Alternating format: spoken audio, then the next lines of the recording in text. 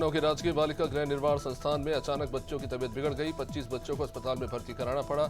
4 बच्चों की मौत हो गई। घटना के बाद प्रशासन में हड़कंप है। डॉक्टरों ने डिहाइड्रेशन और फूड पॉइजनिंग की आशंका जताई। डीपीओ विकास सिंह ने कहा कि पोस्टमार्टम रिपोर्ट आने के बाद मौत की असली वजह पता चल पाएगी। मामले की विभागीय जांच जारी है।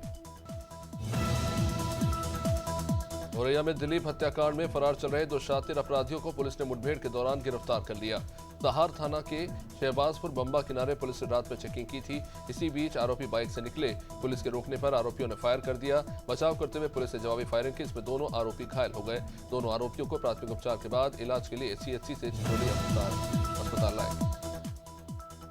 भिलाई नगर पालिका निगम में चौथी बजट पेश हुई, जिसमें बजट की बैठक हुई, जिसमें कांग्रेस की शहर सरकार ने लगभग 801 करोड़ 78 लाख का अनुमानित आय का बजट पेश किया।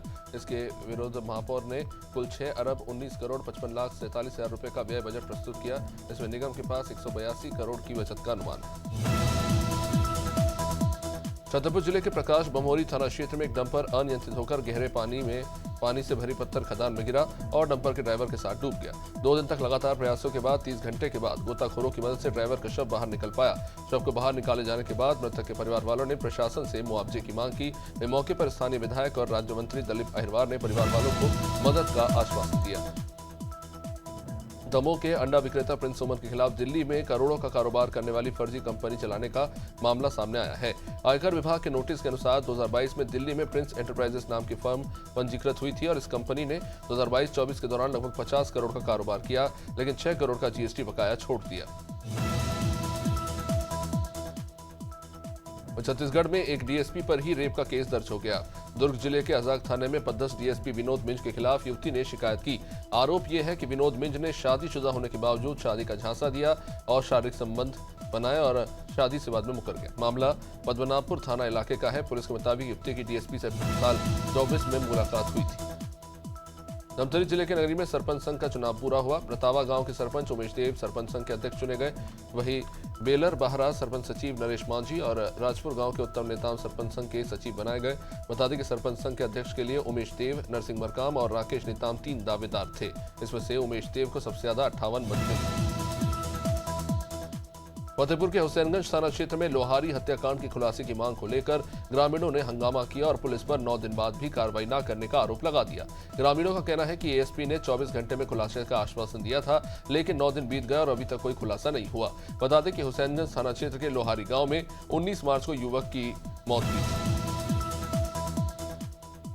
गाजियाबाद जनपद में भोजपुर थाना क्षेत्र स्थित एक कपड़ा फैक्ट्री में बॉयलर फटा। इस घटना में 3 मजदूरों की जान चली गई, जबकि 6 लोग घायल हो गए। घटना की सूचना मिलते ही पुलिस और प्रशासन की टीम वहां पहुंची और राहत और बचाव कार्य शुरू हुआ। घायलों को तुरंत नजदीकी अस्पताल में भर्ती कराया गया है, जहां इनका इलाज जारी है। फिलहाल प्रारंभिक जांच में घटना का कारण स्पष्ट नहीं हो पाया है।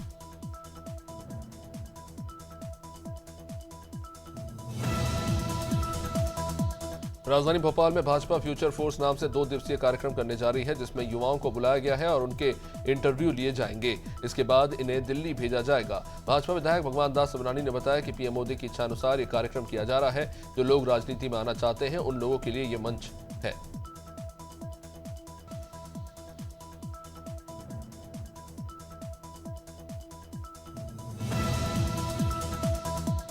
इंदौर में कांग्रेस विधायक राजेंद्र सिंह के विवादित बयान से साधु संतों में जबरदस्त गुस्सा है। आक्रोशित साधु संतों ने मऊ नाका चौराहे पर कांग्रेस विधायक राजेंद्र सिंह के खिलाफ जमकर विरोध प्रदर्शन किया और उनका पुतला फूंक दिया। उनका कहना है कि विधायक के बयान ने धार्मिक भावनाओं को ठेस पहुंचाई है। संतों ने इसे हिंदू समाज का अपमान बताते हुए उनके खिलाफ कड़ी कार्रवाई की मांग की। साथ ही राजेंद्र सिंह से सार्वजनिक माफी की भी डिमांड की। खरगोन में एक महिला की संदिग्ध हालत में जान चली गई। मामला गोगांवा थाना इलाके के रेगांव का है। बताया जा रहा है कि आरती जायसवाल ने फांसी लगाकर आत्महत्या कर ली। मामले की सूचना के बाद पुलिस ने शव को कब्जे में लेकर पोस्टमार्टम के लिए अस्पताल पहुंचाया, जहां महिला के परिवार वालों ने हंगामा कर दिया। मायके पक्ष ने महिला के पति और एक दूसरी महिला पर हत्या का आरोप लगाया है।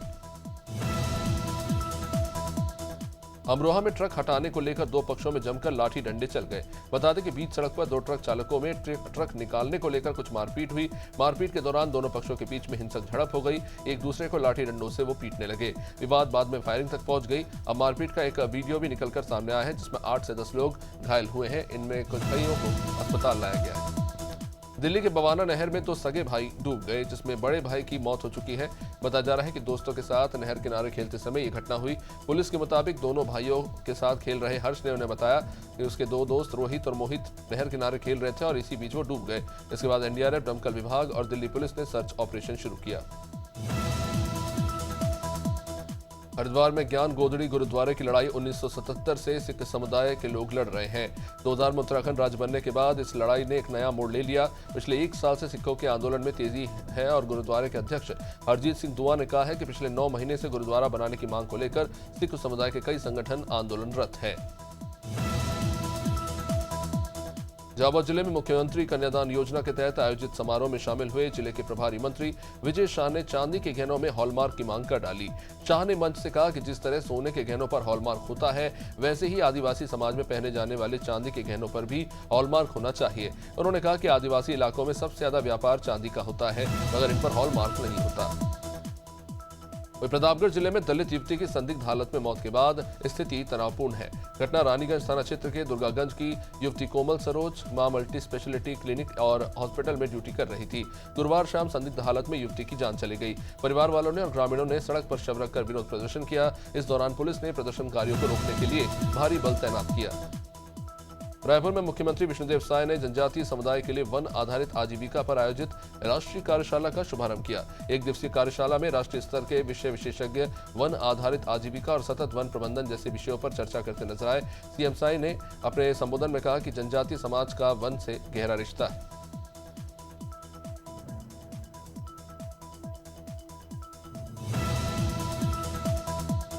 भोपाल पुलिस ने ईद उल फितर और नवरात्र पर्व के दौरान सुरक्षा व्यवस्था को मजबूत किया। पुलिस कमिश्नर हरिनारायण मिश्र के निर्देश पर सभी थाना प्रभारी और वरिष्ठ अधिकारियों को सुरक्षा सख्त रखने के आदेश दिए गए हैं। पुलिस कमिश्नर ने बताया है कि आने वाले त्योहारों के मद्देनजर सुरक्षा व्यवस्था बढ़ाई गई है और असामाजिक तत्वों के खिलाफ भी कड़ी कार्रवाई की जाएगी। उन्होंने कहा कि पूरे शहर में पुलिस की पैनी नजर रहेगी।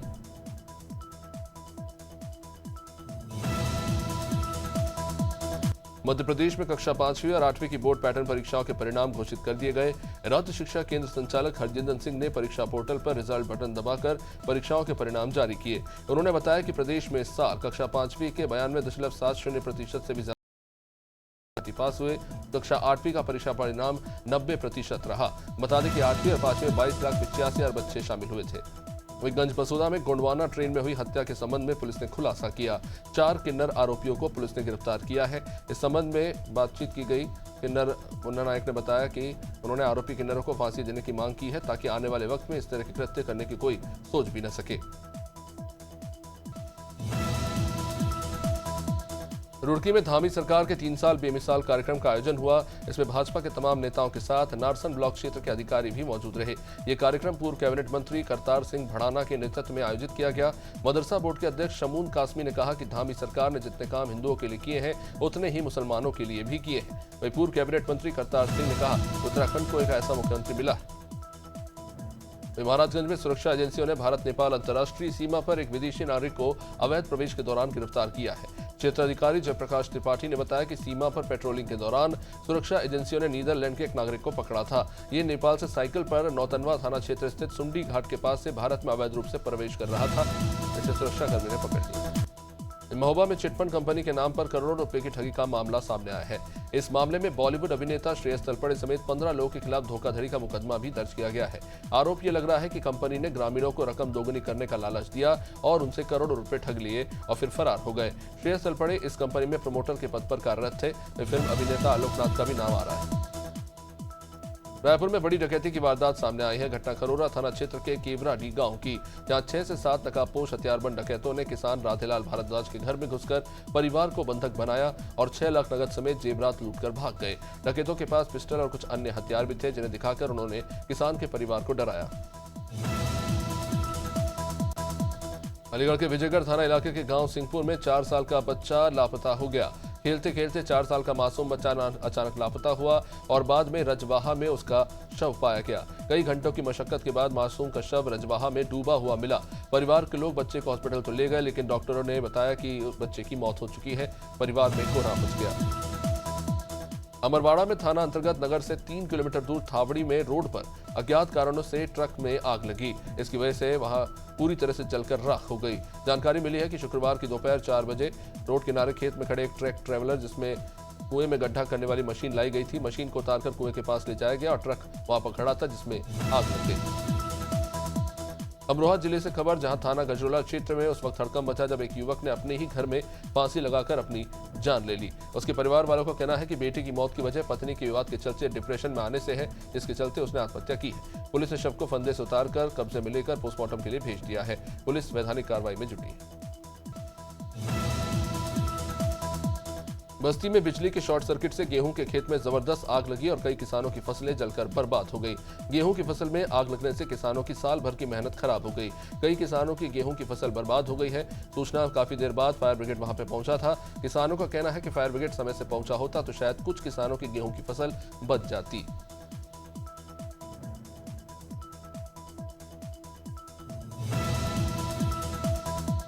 पुरानी बस्ती इलाके में दिन दहाड़े लूट की घटना हुई। घटना के बाद से पुलिस की व्यवस्था पर ही सवाल उठ रहे हैं। दिन दहाड़े बेखौफ इन बदमाशों ने असला के दम पर व्यापारी को लूटा। हाईवे पर स्थित बाबा ढाबा के पास व्यापारी के ऑफिस में लूट हुई है। व्यापारी से तकरीबन 2 लाख से भी ज्यादा कैश लूटकर ये बदमाश भाग गए। मौके पर कुछ अवैध असला और मोबाइल भी छोड़कर ये भाग गए हैं। घटना बस्ती जिले के पुरानी बस्ती थाना क्षेत्र के हड़िया के पास की है। भरतपुर जिले के उज्जैन क्षेत्र में सीओ अनिल डोरिया के खिलाफ भाजपा कार्यकर्ताओं ने ही पुतला फूंक कर जमकर नारेबाजी की। 26 मार्च को सीओ अनिल डोरिया पूर्व राज्य परिवारों को लेकर अपमानजनक टिप्पणी उन्होंने की थी। इस पर सीओ ने सफाई में कहा कि वे ऐसा कुछ नहीं बोले हैं। भाजपा कार्यकर्ता पुलिस पर दबाव बना रही है। तो कार्यकर्ताओं ने कहा कि एसओ/एसटी के झूठे मामले बनाए गए। भोपाल में ओप्पो ने नया मोबाइल फोन लॉन्च किया है। प्रेस कॉन्फ्रेंस के दौरान ओप्पो कंपनी के प्रतिनिधियों ने F29 सीरीज के बारे में विस्तृत रूप से जानकारी दी और बताया कि ओप्पो ने भारतीय बाजार के लिए खासतौर से डिजाइन और परीक्षण किए गए कई स्मार्टफोन लॉन्च किए। इन मॉडल्स को भारतीय उपभोक्ताओं की आवश्यकताओं और देश की विविध जलवायु परिस्थितियों को ध्यान में रखते हुए डेवलप किया गया है। धामपुर थाना क्षेत्र के न्यायालय धामपुर औरंगाबाद में आने की संभावना के अनुसार वकीलों ने अपने नए चैम्बरों को बुधवार 26 मार्च को बनाने की तैयारी की। तो राजस्व विभाग के लेखपाल और अलीपुर के ग्राम प्रधान दीपक कुमार चौहान वहां पहुंचे। अलीपुर धामपुर ब्लॉक के परिसर में बने जच्चा बच्चा उपकेंद्र के सामने वाले रास्ते पर सोसाइटी की जगह में ग्राम न्यायालय धामपुर की नई बिल्डिंग बन गई। यहाँ पर ग्राम न्यायालय नई बिल्डिंग में आना है। डबरा में विधायक सुरेश राजे ने वर्ष 2024-25 की विधायक निधि से ग्राम पंचायत बड़ी अकबई और लोहगढ़ धिरोरा को अत्याधुनिक जल टैंकर वितरित किए। टैंकर वितरण से पहले विधिवत पूजा हुई। इस मौके पर बड़ी अकबई सरपंच जितेंद्र जाटव और बलराज गुर्जर से लेकर धिरोरा सरपंच माका सिंह गुर्जर उपस्थित रहे। नवीन तकनीक से निर्मित इन टैंकरों में डीजल पंप लगाया गया है जो प्रेशर के साथ पानी निकालने की क्षमता रखते हैं। डिडवाना जिला मुख्यालय पर स्थानीय पुलिस थाना परिसर में सीएलजी की बैठक का आयोजन हुआ। बैठक आगामी त्योहार हिंदू नववर्ष, गणगौर ईद, रामनवमी, हनुमान जयंती और पढ़ाया माता मेला, अम्बेडकर जयंती समेत अन्य त्योहारों को लेकर आयोजित हुई। इसमें अतिरिक्त जिला collector Mahendra Kumar Meena, additional SP Himanshu Sharma, DSP धर्म पुनिया की अध्यक्षता में बैठक का आयोजन हुआ। गोंडा कर्नेलगंज रामलीला कमेटी के अध्यक्ष मोहित पांडे ने पुलिस उपमहानिरीक्षक से न्याय की गुहार लगाई। उन्होंने सीधे कर्नेलगंज से कटरा रोड गौवंश की हत्या को लेकर शिकायत की। इसे चुपके अपने घर से मोटरसाइकिल के द्वारा लोग बाहर ले जाकर बेच रहे थे और प्रतिबंधित जानवरों का खुलेआम वध करके उन्हें घरों में भेजा जा रहा था, जिससे तमाम हिंदू जनमानस में जबरदस्त आक्रोश है। हरदोई जिले के सुरसा थाना क्षेत्र के सहुतेरा मजरा लालापुरवा में एक युवक ने अपने ही घर और घर के बाहर पड़े छप्पर में आग लगा दी। घटना का एक वीडियो भी सामने आया है। बताया जा रहा है कि युवक ने जमीन कब्जेदारी के विवाद में अपने विरोधियों को फंसाने के लिए खुद कदम उठाया। आग लगाने से पहले मौके पर काफी देर तक हंगामा होता रहा और आसपास के लोग जमा हो गए। महासमुंद शहर के संजय कानन में मुख्यमंत्री कन्या विवाह योजना का लाभ लेते हुए 160 नव वर वधु ने वैदिक रीति रिवाज के साथ शादी की और एक दूसरे के साथ शपथ लेकर विवाह बंधन में बंधे। महिला बाल विकास विभाग द्वारा आयोजित इस मुख्यमंत्री कन्या विवाह में सुबह से विवाह की सारी तैयारियां चलती रही। सुबह लगभग 11 बजे गाजे बाजे के साथ दूल्हों की बारात निकाली गई।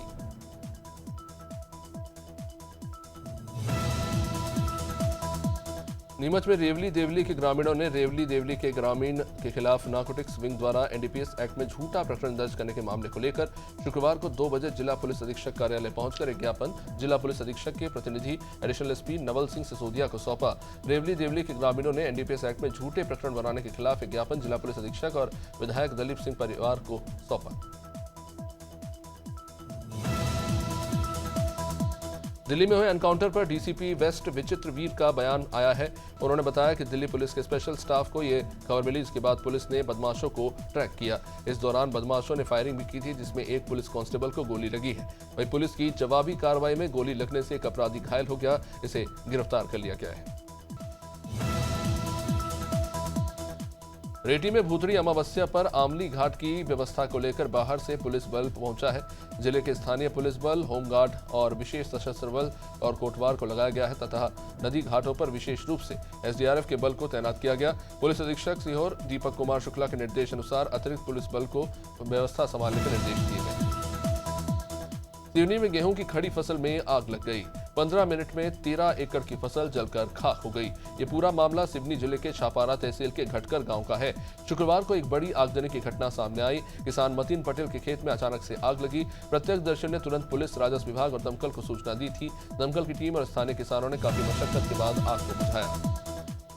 उमरिया जिले के मानपुर विकासखंड के इंदवार थाना क्षेत्र के ग्राम कुशवाहा खुर्द में एक व्यक्ति का शव मिलने से हड़कंप मचा। शव की पहचान जीवन बेगा के रूप में की गई है। मौत के कारणों का फिलहाल खुलासा नहीं हो पाया है। पुलिस मौके पर पहुंची थी, जिसके बाद जांच शुरू हुई। फिलहाल पुलिस इस पूरे मामले में बारीकी से जांच कर रही है। खबर उन्नाव से, जहां पर चौधराना स्थित शिया जामा मस्जिद में अलविदा जुमे की नमाज के बाद यौम कुस मनाया गया। शिया समाज के लोगों ने फिलिस्तीनी मजलूमों के समर्थन में एकजुट होकर अपनी आवाज भी बुलंद की। बता दें कि इमाम जुमा मौलाना रजा अब्बास ने कहा कि यौम कुस अन्याय के खिलाफ आवाज उठाने का दिन है। उन्होंने फिलिस्तीन के मजलूमों पर हो रहे जुल्म के खिलाफ हमेशा खड़े रहने का संकल्प लिया। वे आने वाले त्योहारों को मद्देनजर रखते हुए बलवा ड्रिल परेड का आयोजन कर पुलिस कर्मियों को विपरीत परिस्थितियों में भीड़ को नियंत्रण पाने के लिए तैयार किया जा रहा है। इस परेड में पुलिस के 200 अधिकारी कर्मचारी शामिल हुए, जिन्हें 2 ग्रुप में विभाजित करके ड्रिल की गई, ताकि थाने से लेकर चौकी और विभागीय कार्यालयों में पदस्थ पुलिसकर्मियों को इसका मुख्य रूप से प्रशिक्षण दिया जाए। झिंडिया नगर में अग्रवाल समाज की महिलाओं ने धूमधाम से गणगौर का बाना निकाला। रेस्ट हाउस से मेन रोड तक दूल्हा दुल्हन की रंग बिरंगी वेशभूषा में सजी महिलाएं ढोल ताशों की गूंज पर नाचते गाते हुए नगर भ्रमण पर निकली। नगर वासियों ने जगह जगह स्वागत मंच लगाकर और ठंडे की व्यवस्था कर महिलाओं का स्वागत किया।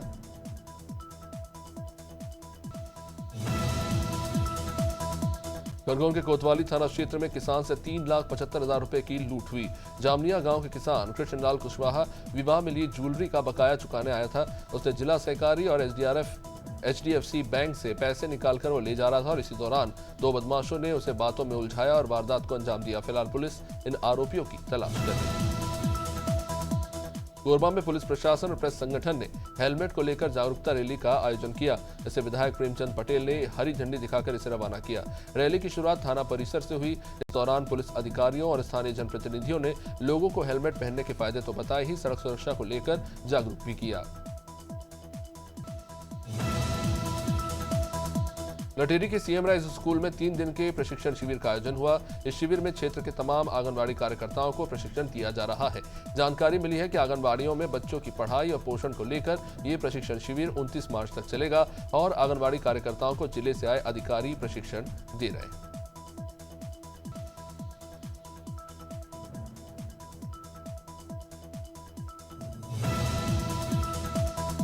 नवदापुरम में कोतवाली पुलिस ने अवैध शराब को लेकर बड़ी कार्रवाई की, जिसमें कार से 11 पेटी शराब जब्त की गई। बता दें कि पुलिस को मुखबिर से ये सूचना मिली थी कि SPM गेट नंबर 3 के पास एक कार में शराब की पेटियां रखी हुई हैं। इसके बाद पुलिस ने वहां पर जाकर कार्रवाई की। फिलहाल पुलिस इस मामले को लेकर जांच पड़ताल में जुटी हुई है।